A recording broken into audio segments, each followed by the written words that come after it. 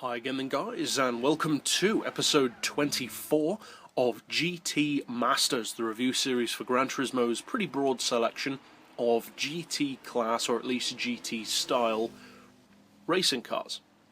And in this particular pick, we are reviewing a car which is, I would say, one of the best all-round cars in this category.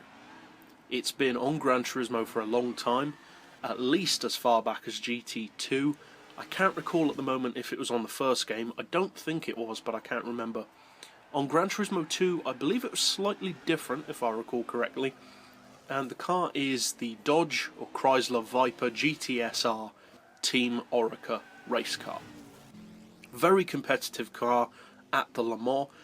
And back on GT2, the car was slightly different. To be honest, I actually prefer the version of the car that was featured on GT2, which was blue and white, rather than red and white. Personally, I think that car looks far better, and hopefully they'll bring it back. But regardless of whether they do or not, the version that we do have on the game now, which debuted at least on Gran Turismo 3, if not earlier, is probably the better known by most players of Gran Turismo, and a car which is, like some others, easy to underestimate or not use as much as it deserves to be because of how long it's been on the game.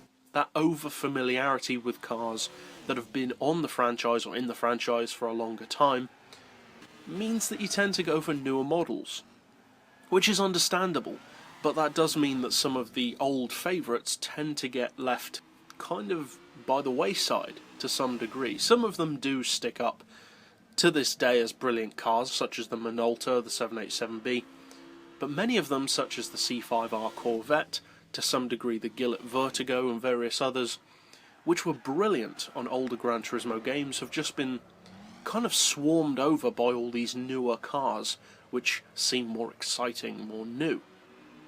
And many of them don't really hold up that well anymore. The 787B, for instance, it's a brilliant Le Mans car, but it just can't compete with the likes of Pascalo's, the Audi R10, etc. for sheer straight-line speed, and that really hinders it on many tracks. This car as well. There are so many newer GT-class race cars to debut on the game, some of which we have already reviewed, some of which we will in the future, that seem more exciting, more interesting than this car. But is it still any good? Because some cars on Gran Turismo hold up really well, others kind of fade. Well, I'm happy to say that this car really holds up well. The Viper overall on Gran Turismo has always been among the fastest cars in the game in all of its forms. The racing versions are among the best GT class machines. On the older games, some of the Japanese cars tended to have an advantage, like the Castrol Supras back in the day, but the Viper now has some very distinct advantages over some of the other GTs, in fact over many of those other GTs. So what do you get? Being a Viper, you fairly obviously get a pretty big engine. It's an 8-litre V10, of course, rear-wheel drive, and it has a big spec, as you would expect. Over 1,000 horsepower. It's actually 1,055 fully tuned horsepower.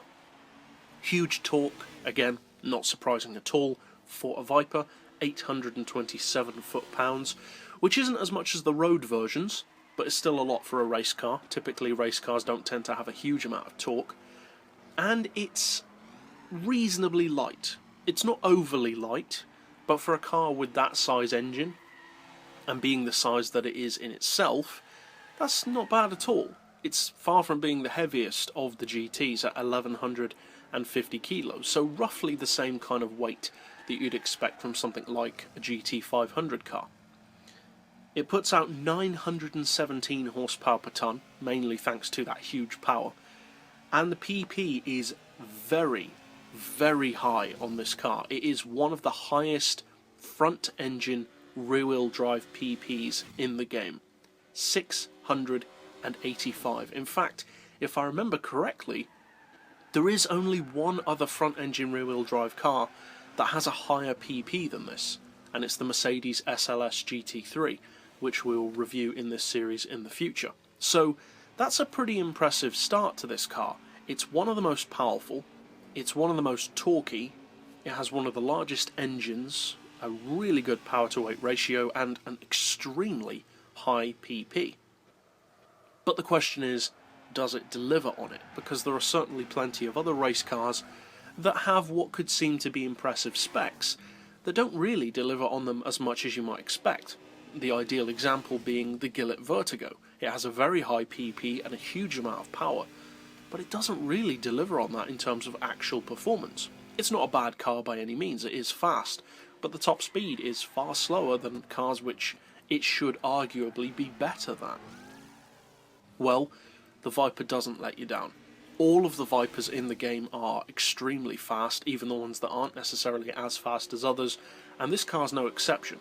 Now, technically speaking, it is the slowest Viper in the game for top speed, but this is still over a 260 mph car, which in the GT class makes it a formidable machine for tracks such as the Le Mans with low downforce. That puts it up there with the Zonda Rs, not quite on the level as, say, the Academy GT-R or the FXX, but it's up there with the Zonda R, as I said, the BMW Z4 GT3, and apart from that, there's very little that can actually keep up with this car.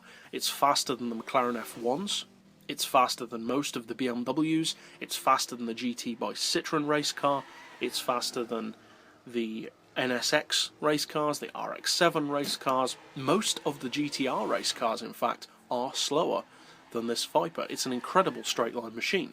The acceleration is also excellent, and the handling is actually really good.